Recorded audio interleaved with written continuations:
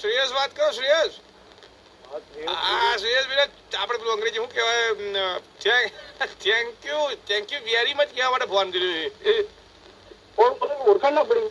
હું રતિ કાકા વાત કરું છું, તમારા સોસાયટીમાં જ રહું છું. પણ મેં કહ્યું તમે જે કામ કર્યું છે ને મારા જીવનમાં, જે તમે શાંતિ આલી છે ને એના માટે થઈને મેં કહ્યું મારા તમને ભાઈ થેન્ક યુ કહેવું પડે એવું છે.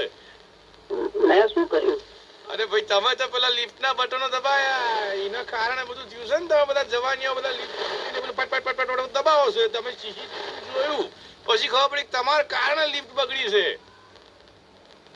એટલે સોરી અંકલ, હું નહીં યાર, બીજું હશે. ના ના સોરી હું કા ભાઈ, થેન્ક યુ સો મચ. હું કહું છું મારા જીવનમાં આટલી સુખ શાંતિ મને ચારે ફીલ જ નહીં થઈ. તમે જ બધું કર્યા. તમે લિફ્ટ ના બટનો દબાયા ને ઈમન ઈમય ફસાઈ જી.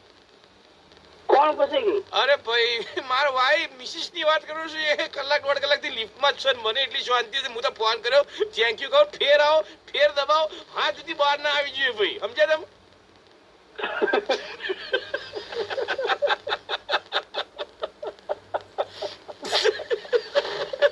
શું હસો યાર? નથી યાર, મારા કારણે મારું હસવાનું છૂટી. રતિ કાકા નથી. હવે તમે હસી ગયા ને હું હસી ગયો તો કહી દઉં યાર. મિર્ચી માંથી કુનાલ વાત કરું છું. તમારા સોસાયટીમાં પેલા ચેતન રહે છે ને તમારા ફ્રેન્ડ, એમણે કીધું હતું કે તમે વચ્ચે એક બટન દબાયા હતા તો લિફ્ટ કઈક અટકાઈ ગઈ હતી. મેં કીધું એ ટોપિક પર ફરી ફોન કરું.